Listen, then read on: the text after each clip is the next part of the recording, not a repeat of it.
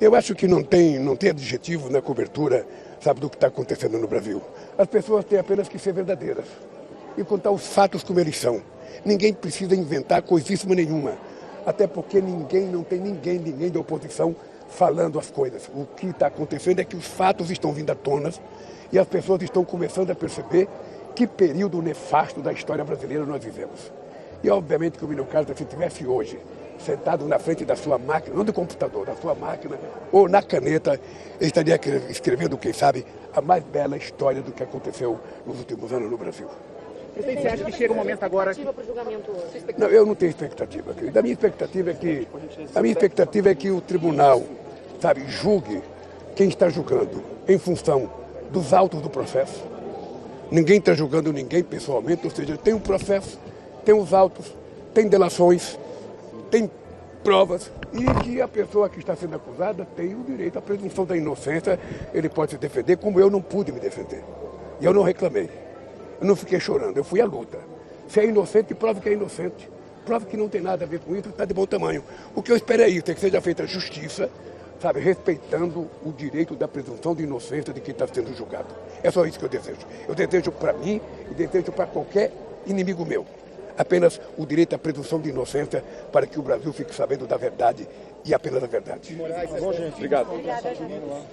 Moraes, STF, firmes contra acusações americanas? Olha, eu acho que não tem por que ficar temendo a acusação americana. O que está acontecendo com os Estados Unidos é que ele exacerbou, sabe, qualquer coisa que a gente tinha conhecimento na história da humanidade de um governo se meter a julgar o comportamento da justiça de outro país. É um negócio inacreditável. Sabe, eu acho que as pessoas precisam aprender a respeitar. Cada um toma conta do seu ninho. E eu vou repetir aqui. O Trump não foi eleito para ser imperador do mundo. Ele foi eleito apenas para ser presidente dos Estados Unidos da América do Norte. A forma mais responsável e mais justa possível é você sentar em torno de uma mesa, tirar suas divergências e que vença aquele que tiver mais razão e mais argumento. É só isso que eu quero e é só isso que eu desejo. Eu não tenho nenhum interesse de brigar com os Estados Unidos da América do Norte, nenhum interesse, porque o mundo de paz que nós queremos construir depende de nós. Não depende de ninguém, só depende de nós. E o Brasil faz parte de uma parte do continente que é tido como zona de paz e a gente não quer encrenca nem guerra. Muito obrigado. Essa fala foi no ponto, assim, né? Olha, e desmentindo aquela onda que o bolsonarismo tentou criar de que é a ditadura de toga, que é a ditadura do Supremo, mostrando que nesse julgamento a justiça do Brasil está seguindo todo o ritual, direito de defesa. A gente passou o dia hoje ouvindo advogados. Uhum. Que ditadura é essa? Pois é. Cada advogado tem 1 hora, advogado faz gracinha, advogado diz que o homem de toga lá é atraente, o outro diz que ama o Xandão e ama também o Bolsonaro. Que ditadura é essa? Aí o outro vai e fala mais 1 hora, conta a história, tem as regalias de uma boa defesa, escritórios caríssimos. Tudo dentro do rito normal da justiça brasileira, né, Lula? Então, o Lula vai em cima e fala ali à beira do corpo de um cara que defendeu a democracia a vida inteira. Um cara que é um raro jornalista de uma geração mais velha do que a nossa, que nunca se curvou. Que nunca caiu no conto do golpe, como caiu a grande imprensa brasileira. Um cara que nunca caiu no conto da antidemocracia, sempre teve em defesa da democracia. Então, essa fala do Lula, no lugar que foi, no dia que foi, com a ida do Carta, foi muito mais importante.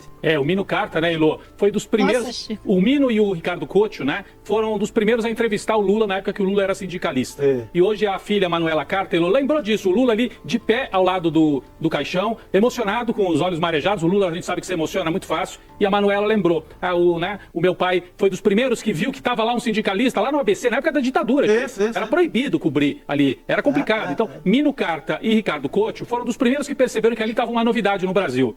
E fizeram entrevistas, transformaram em capa de revista na época, né? Então, o Lula reconhece isso, sabe? Além disso, o Mino Carta, como você falou, quando teve a Lava Jato, não ficou achando que a Lava Jato era a salvação do Brasil. Ao contrário, se posicionou e denunciou que a Lava Jato era para destruir a economia brasileira e era um projeto para atacar uma corrente política. Então, tem uma trajetória aí que vem desde os anos 60 e eu achei muito forte. O Lula está ao lado do caixão de Mino Carta, reconhecendo a história de Mino Carta no momento em que o Jair Bolsonaro é julgado, Elô, como disse o Chico, só para complementar. Se a gente tivesse ditadura, o Bolsonaro, o Heleno, o Braga Neto, essa turma toda, o Paulo Sérgio, que estava lá hoje sentadinho assistindo, foi o único, estariam pendurados no pau de arara hoje.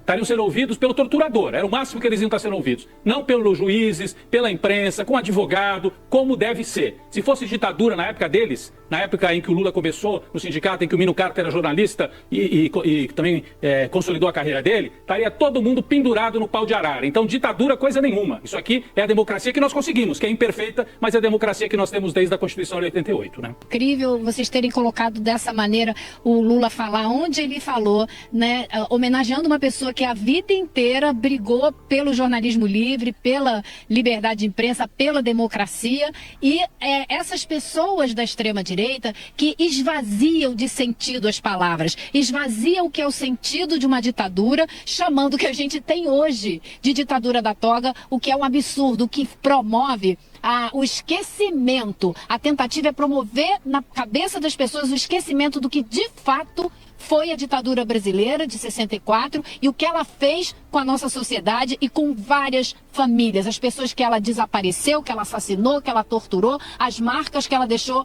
do autoritarismo na nossa sociedade. Então, eu acho impressionante a gente ter tido esse momento do presidente Lula poder defender a democracia diante do corpo de Mino Carta fazendo a homenagem que ele foi lá fazer. Realmente é de arrepiar, né? Eu ia só comentar que essa batalha de democracia e ditadura e a maneira como nós saímos da ditadura militar, olha, a batalha está sendo travada de novo. Enquanto o Bolsonaro e seus apoiadores, os 8, estavam sendo julgados hoje, enquanto o Mino Carta estava sendo enterrado, aliás, era até bom a gente separar uma imagem e botar na tela o Mino Carta, eu não sei se ele já botou, acho que ainda não, né? Enquanto o Mino Carta estava sendo velado e enterrado em São Paulo com a presença do Lula. Enquanto isso, sabe o que estava acontecendo em Brasília hoje? Articulação para aprovar a anistia aos golpistas de 2022 e 2023. Eles fizeram isso em 79, quando estava no final da ditadura militar. Conseguiram aprovar uma anistia. E está em pleno andamento uma anistia, nesse momento. A campanha está forte. 2 partidos da direita, União Brasil e PP, articulados pelo Arthur Lira e pelo governador de São Paulo, Tarcísio de Freitas, o bolsonarista moderado, só que não, estão articulando, está em plena articulação para, deixa condenar o Bolsonaro, depois a gente aprova a anistia. Qual que é o truque? Bolsonaro, você é anistiado, você fica inelegível e você apoia o Tarcísio. Essa é a moeda de troca. E aí, com isso, mais uma vez, estão tentando evitar que os responsáveis por uma tentativa gravíssima de golpe de Estado sejam, de fato, punidos. Eles vão ser condenados. Agora, se vai haver punição, tem uma tentativa, um grande acordão aí por cima, e o Mino Carta falava, é a política da Casa Grande. Né? Política da Casa Grande, é isso. Política da Casa Grande é o Tarcísio. É o que eles estão fazendo hoje lá em Brasília. Então, a gente está acompanhando aqui o julgamento e nos bastidores está rolando essa tentativa de anistia de novo, Gabi. A gente até adiantou, né, no N2, que a próxima etapa agora, né, a próxima articulação da extrema-direita seria justamente querer voltar com a anistia em pauta, né? Teve PEC da blindagem, teve o fim do foro privilegiado, cada hora a extrema-direita tá sem conseguir aprovar suas pautas, na verdade. Então, agora essa é a nova tentativa. Vamos dizer assim, tentativa, exatamente. Hoje eu acho que é o dia do maior esforço disso. Você tem o governador do principal estado que amanheceu em Brasília tramando por essa anistia. É um esforço do Tarcísio de Freitas como ele nunca havia feito. Tivemos também uma visita muito estranha do Arthur Lira ao Bolsonaro na véspera do julgamento. Então, tem sinais vindo de Brasília que deixa a gente alerta.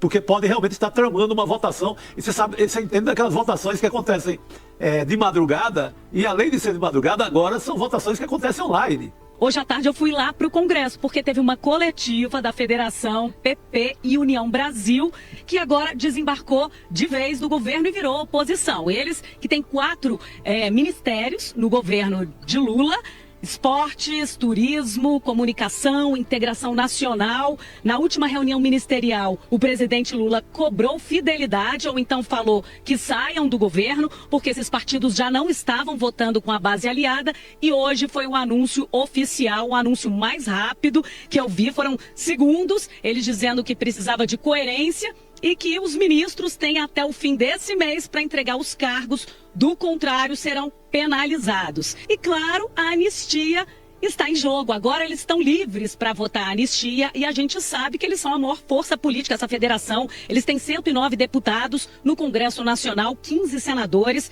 e parece, ao que tudo indica, eles vão votar em peso para perdoar esses réus que possivelmente vão ser condenados aqui no Supremo Tribunal Federal. A gente sabe que quase 700 pessoas já foram condenadas pelos atos do dia 8 de janeiro. Então tá no forno essa anistia. Eu conversei com alguns opositores do governo que falaram que realmente tem que esperar o julgamento terminar. Daqui a 2 semanas vai ser o momento em que essa anistia deve entrar na pauta da Câmara dos Deputados.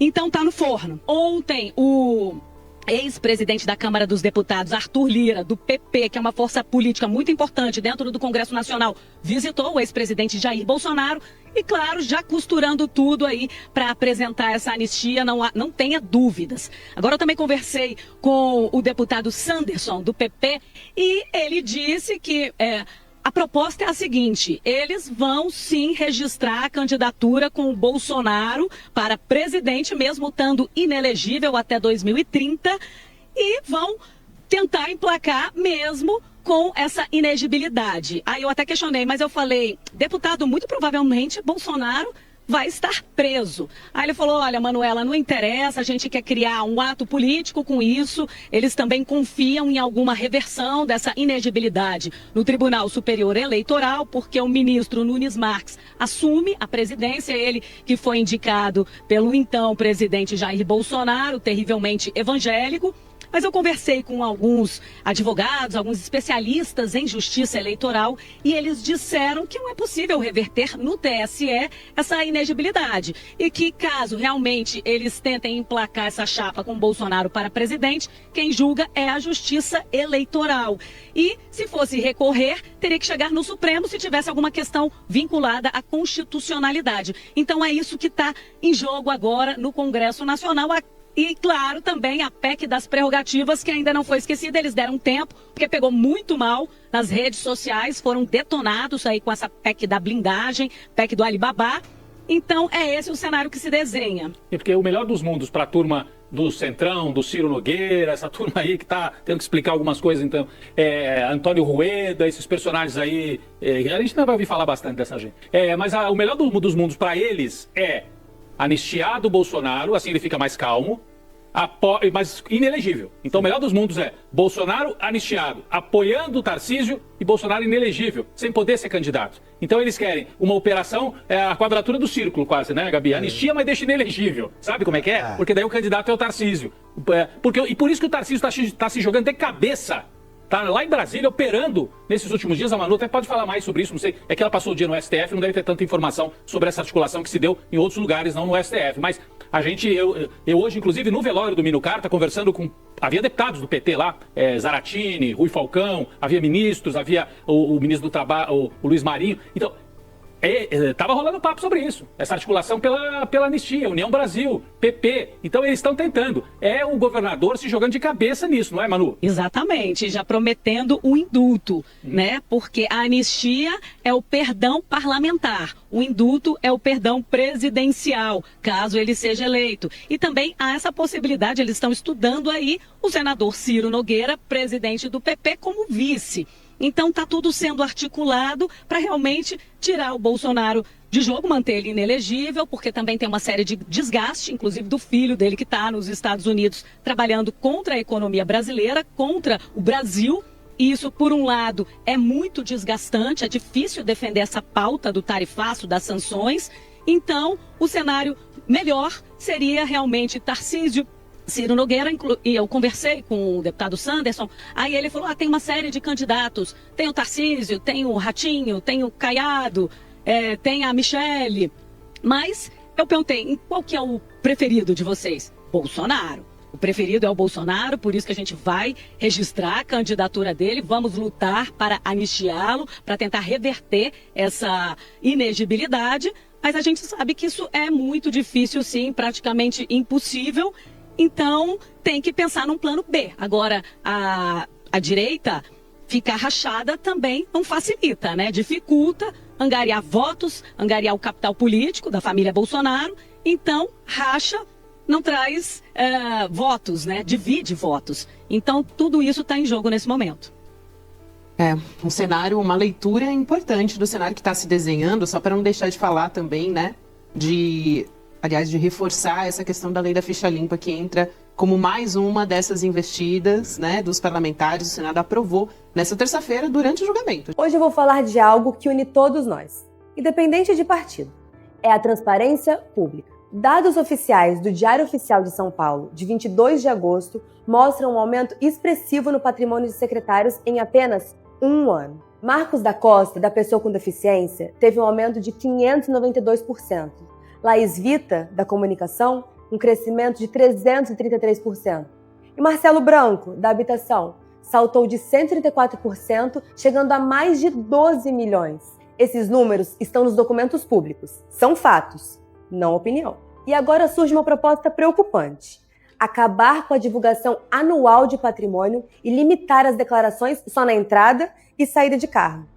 Isso significaria 4 anos sem controle público. Gente, eu defendo transparência para todos os governos. Sempre defendi e sempre vou defender. Não podemos aceitar retrocessos agora.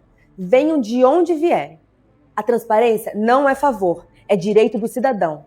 Não é pauta de direita ou esquerda, é pauta de cidadania. Quem governa pro povo não tem medo da luz. E nós, como cidadãos, temos o dever de cobrar transparência sempre, independente de quem esteja no poder.